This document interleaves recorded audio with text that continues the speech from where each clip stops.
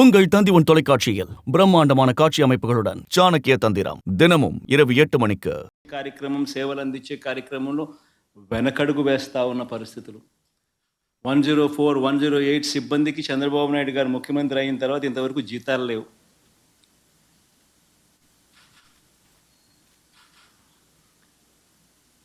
ఆరోగ్య ఆసరా గురించి పట్టించుకునే నాతుడు లేడు. గవర్నమెంట్ రంగంలో కడతా ఉన్న మెడికల్ కాలేజీలను స్కాములు చేస్తూ స్కాముల కోసం కాలేజీలను ప్రైవేట్ పరం చేయడానికి అడుగులు ముందుకు పడతా ఉన్నాయి.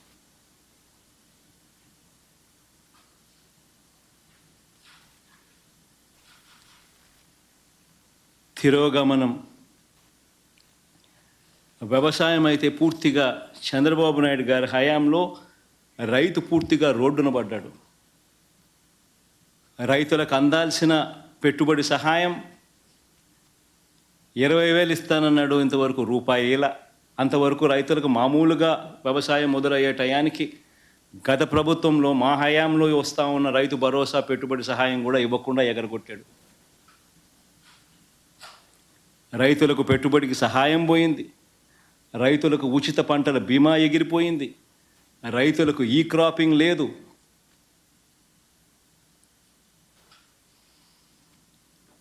రైతుల పరిస్థితి ఎంత దయనీయంగా ఉందంటే ఆర్బీకే వ్యవస్థ నిర్వీర్యం అయిపోతూ ఉంది. మళ్ళీ క్యూలు కనిపిస్తూ ఉన్నాయి. వ్యవసాయ సలహా మండళ్ళు రద్దయిపోయినాయి.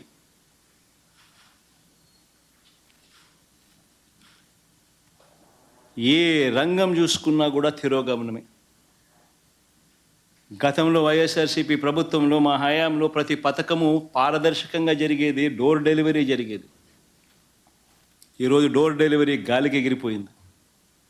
డోర్ డెలివరీ పెన్షన్ లేదు, డోర్ డెలివరీ రేషన్ లేదు. పారదర్శకత అంతకన్నా లేదు.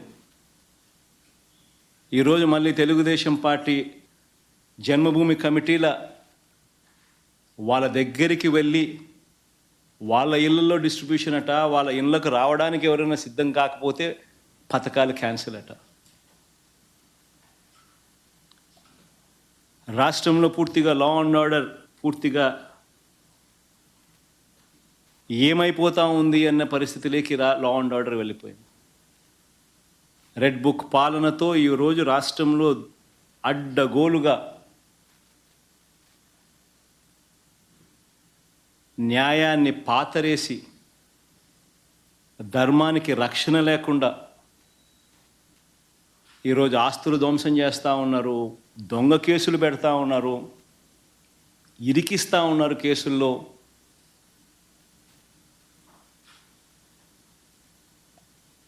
ఇష్టం వచ్చినట్టుగా రాజ్య పరిపాలన చేస్తూ ఉన్నారు.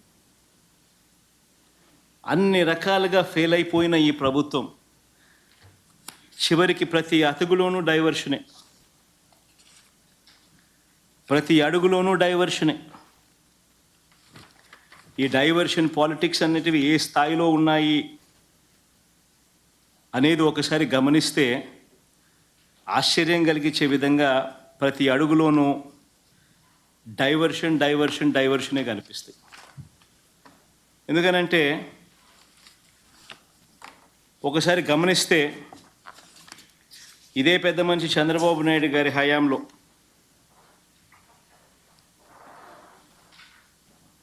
రాష్ట్రంలో అరాచక ఆటవిక పాలన మీద మేము ఢిల్లీకి వెళ్ళి ధర్నా చేస్తే డైవర్షన్ చేసేందుకు చంద్రబాబు నాయుడు ఏం చేస్తాడు, అదే రోజు మదనపల్లెకు చాపర్ పెట్టి మదనపల్లిలో ఫైల్స్ కాలిపోయాయి అంటే అదే పనిగా పంపిస్తాడు, అక్కడి నుంచి టాపిక్ డైవర్ట్ చేసేందుకు. రాష్ట్ర వ్యాప్తంగా కూడా రెసిడెన్షియల్ స్కూల్స్లో కానీ, IIITలో కానీ, హాస్టల్లో కానీ, కాలేజీల్లో ఫుడ్ పాయిజన్ జరిగి ఈవెన్ గోరుముద్ద కార్యక్రమంలో కూడా ఫుడ్ పాయిజనింగ్ జరిగి పిల్లలందరూ కూడా అన్యాయమైన పరిస్థితుల్లో ఫుడ్ బాగా లేదు అని చెప్పి சாப்பாடு சரியில்லைன்னு சொல்லிட்டு பிரச்சனைகள் மேல பிரச்சனைகள் வந்து முதலமைச்சர் இன்னும் கண்டுகொள்ளல. చంద్రబాబు ప్రమాణ స్వీకారానికి 30 ఏళ్ళంటూ செலிப்ரேஷன்ஸ்తో డైవర్షన్ అంటాడు. செலிப்ரேஷன் பண்றதுக்கும் முக்கிய அறிவிப்புகளை கொடுக்கறதுக்கு மட்டும்தான் இந்த ஆட்சி இருக்குது. மற்றபடி மாணவர்களின் எதிர்பார்ப்புகளை எதுவும் பூர்த்தி செய்யல. అరెస్టులు చంద్రబాబు నాయుడు ஒரே கைது செய்யும் நடவடிக்கை, கைது செய்யும் போராட்டம் நடவடிக்கை அதிகமாக வருது. சட்டவிரோதமான கைதுகள் வந்து நடைபெற்று வருது. తనకు బాగా దగ్గర, తనకు బంధుత్వం ఉన్న ఈనాడు ఆ మార్గదర్శి నేరాలను బయట పెట్టారు అని ఆ ఐఏఎస్లు, ఆ ఐపీఎస్లు అధికారులను వేధిస్తూ ఉన్న పరిస్థితులు, ఆ వేధింపులకు తాను పాల్పడతా ఉన్నాడు అని చెప్పి సర్వత్రా విమర్శలు వస్తూ ఉంటే దాన్ని డైవర్ట్ చేయడానికి కోసం అని చెప్పి మళ్ళీ ముంబై నుంచి ఒక సైడ్ ఆర్టిస్ట్ సినీ నటిని అడ్డు పెట్టుకుని ఒక స్టోరీ, ఆయన పేరేం పేరు, జత్వానినా ఏదో పేరు కాదా, ఆయన పేరుతో మాదొక డైవర్షన్ స్టోరీ. విజయవాడలో మనమంతా కూడా చూసాం ఏ రకంగా అలర్ట్. వెడ్నెస్డే బుధవారం రోజు అలర్ట్ వస్తే శుక్రవారం సాయంత్రం నుంచి ముమ్మరంగా వర్షాలు పడతాయని అలర్ట్ వస్తే బుధవారము, గురువారము, శుక్రవారం మధ్యాహ్నం దాకా నీకు టైం ఉన్నా కూడా చంద్రబాబు నాయుడు గారు అనే వ్యక్తి తాను రివ్యూ తీసుకోకపోవడం వల్ల ఇరిగేషన్ సెక్రటరీ కానీ, రెవెన్యూ సెక్రటరీ కానీ, హోమ్ సెక్రటరీ కానీ వీళ్ళందరి ఆధ్వర్యంలో చీఫ్ సెక్రటరీతో ఒక రివ్యూ తీసుకొని వాళ్ళకు బాధ్యతలు అప్పచెప్పుంటే 60 మంది చనిపోయే ప్రమాదం ఉండేది కాదు అని తెలిసి ఇరిగేషన్ సెక్రటరీ ఫ్లడ్ కుషన్ తాను ఏర్పాటు చేసేవాడు, రెవెన్యూ సెక్రటరీ రిలీఫ్ క్యాంపులు తాను ఏర్పాటు చేసేవాడు, హోమ్ సెక్రటరీ లోతట్టు ప్రాంతాల్లో ఉన్న ప్రజలను రిలీఫ్ క్యాంపులకు షిఫ్ట్ చేసి ఉండేవాడు. ఇవేవి కూడా చంద్రబాబు నాయుడు చేయకపోవడం వల్ల విజయవాడలో ఏ రకంగా, విజయవాడనే కాదు ఏలేరు కూడా అదే రకంగానే మిస్మేనేజ్మెంట్, మ్యాన్ మేడ్ ఫ్లడ్స్ ఏ రకంగా క్రియేట్ చేసి ఏ రకంగా చంద్రబాబు నాయుడు అన్ని రకాలుగా ఫెయిల్ అయిపోయిన పరిస్థితి కనిపించిన నేపథ్యంలో దాన్ని డైవర్ట్ చేసేందుకు ఈ పెద్ద మనిషి చంద్రబాబు నాయుడు ప్రకాశం బ్యారేజీలో బోట్లంట, ఆ బోట్లతో బ్యారేజీని ధ్వంసం చేయడానికి ప్రయత్నించారంటూ ఇంకొక డైవర్షన్ టాక్టిక్.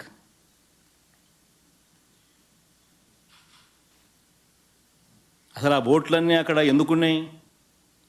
ఆయన చేస్తూ ఉన్న ఇసుక మాఫియాలో భాగంగా ఆ బోట్లు ఆయన అక్కడ పెట్టుకున్నాడు. ఈ వాటర్ ఫ్లోకు బోట్లు కొట్టుకొని వచ్చాయి. మరి ఆయన 4 నెలల కాలంలో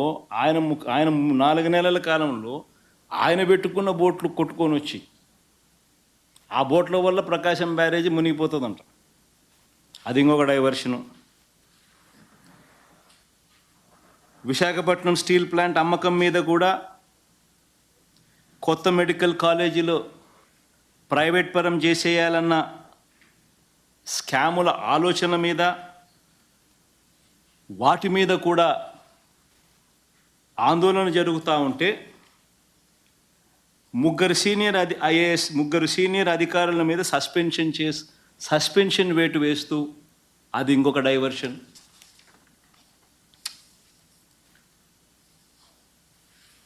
చివరికి 100 రోజుల పాలన మీద, చంద్రబాబు నాయుడు గారి 100 రోజుల పాలన మీద దృష్టి పెట్టేసరికి ఇప్పుడు తిరుమలకు వచ్చే నెయ్యి కల్తీ జరిగిందంటూ ఇంకో డైవర్షన్. ఇది నిజంగా అన్నిటికన్నా ఇంకా ఆశ్చర్యం కలిగించే పెద్ద డైవర్షన్. ఎందుకనంటే చంద్రబాబు నాయుడు అనే వ్యక్తి ఎంత దుర్మార్గుడు, ఎంత అన్యాయస్తుడు అని అంటే నిజంగా దేవుడిని కూడా రాజకీయాల కోసం వాడుకోగలగాలి అని ఆలోచన చేయగలిగిన వ్యక్తి ప్రపంచ చరిత్రలో ఎవడు ఉండడు. ఇంత అన్యాయస్తుడు ప్రపంచ చరిత్రలో ఎవడు ఉండడు. దేవుడు ని రాజకీయాల కోసం ఉపయోగించుకోవాలి అని ఆలోచన చేయగలిగిన దుర్మార్గమైన మనస్తత్వం ఒక చంద్రబాబు నాయుడు గారికి మాత్రమే ఉంటాయి. నిజంగా ఇది ఎంత దారుణమైన డైవర్షన్ పాలిటిక్స్ అంటే, ఒకవైపున 100 రోజులు చంద్రబాబు నాయుడు గారి పరిపాలన మీద ప్రజలందరూ కూడా చంద్రబాబు నాయుడు మీద కోపం వెలుపుచుతూ ఉన్నారు. ఏమైనా మా సూపర్ 6లు, ఏమైనా మా సూపర్ 7లు అని చెప్పి ప్రజలు నిలదీస్తూ ఉన్నారు. ఇలాంటి నేపథ్యంలో ప్రజల మనసును డైవర్ట్ చేసేందుకు చంద్రబాబు నాయుడు చేస్తూ ఉన్న అతి దుర్మార్గమైన ఆలోచన ఈ కట్టుకథ. నిజంగా ఈ కట్టుకథ ఎంత దుర్మార్గము అనేది నేను మీ అందరికీ కూడా ఒక కొద్ది నిమిషాలు మీ టైంలో ఇస్తే నేను ఎక్స్ప్లెయిన్ చేస్తా. మీరే ఆలోచన చేయమని చెప్పి కూడా మిమ్మల్ని అందరినీ కూడా నేను కొడతా ఉన్నా. ఇంత దుర్మార్గపు పని చేయగలుగుతారా ఎవరైనా? చేయడం ధర్మమేనా అని అందరూ ఆలోచన చేయమని అడుగుతా ఉన్నా. உங்கள் தந்தி உன் தொலைக்காட்சியில் பிரம்மாண்டமான காட்சி அமைப்புகளுடன் சாணக்கிய தந்திரம் தினமும் இரவு 8 மணிக்கு.